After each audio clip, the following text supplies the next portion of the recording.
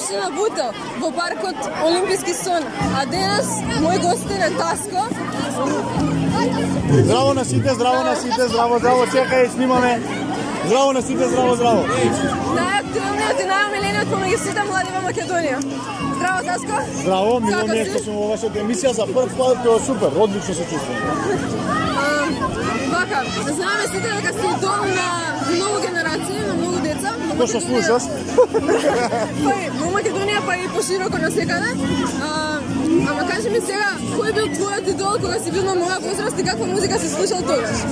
Зависи од македонска сцена или од странска. Од странска сцена бил Eminem и 50 Cent, да речеме на некој начин, а од македонска сцена биле Тони Зен, Слаткар, тука се наоѓа негде Панчо, Денка и да, толку локално.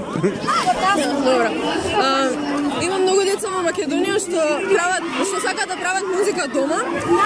Па кажи ми што би им препорачал ти, со оглед на тоа што и самиот така си почнал. Дали може кратко да објасниш како изгледа процесот на правење на една песна и каква опрема е потребна за тоа?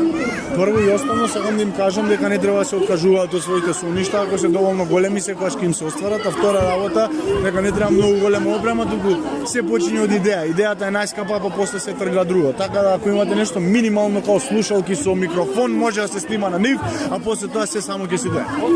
Кажи ми што е според тебе најдоброто во тоа да се биде познат артист? Во тоа да се биде познат артист, најдоброто е тоа што може да луѓето да ти ја слушнат музиката и да ти ја препознаат помеѓу сите други артисти.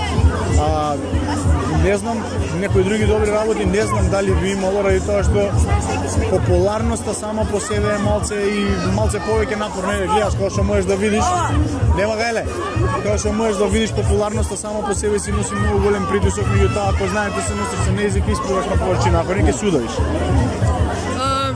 Ти важиш за еден од македонските артисти што се најпопуларни во Србија. Кажи ми како ти успеа тоа со оглед на тоа што конкуренцијата е навистина голема таму? Едноставно ја работата што ја сакам и го правев тоа што го сакам, така да нема некој скратен пат до тоа, туку има едноставно само многу работа и многу да речеме снимање на спотови и работа со други артисти, се одека не го препознаат твојот квалитет. Така да работиш се одека не постанеш квалитет и од своето име не направиш бренд. На твоите социјални мрежи можеме да видиме дека активно спортуваш, дека водиш многу здрав живот. Може ли да ми кажеш со кои спортови си се занимавал во текот на животот?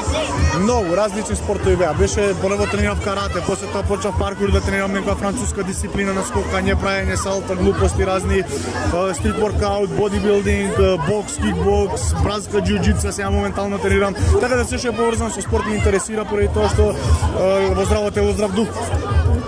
Добро, и за крај, дали може да откриеш нешто околу твоите нови проекти? Знам дека најави албум, докаде си со тоа, како ќе се вика албумот, колку песни ќе има и кога ќе излезе?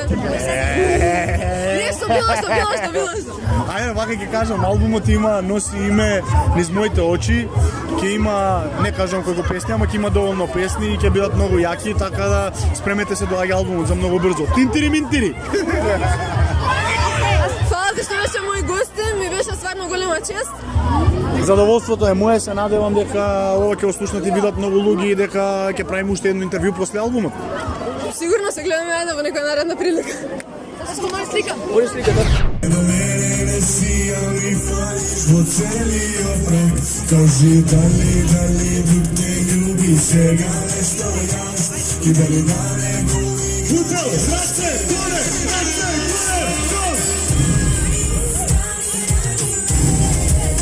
не ти рани, јас да љубам те, да не зволам ти поедност изнесо, солзана образ како бокса ти.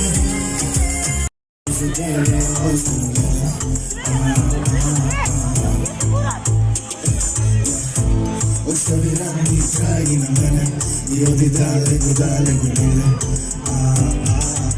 Стоп, ајде, горе, стоп, а што ми правиш?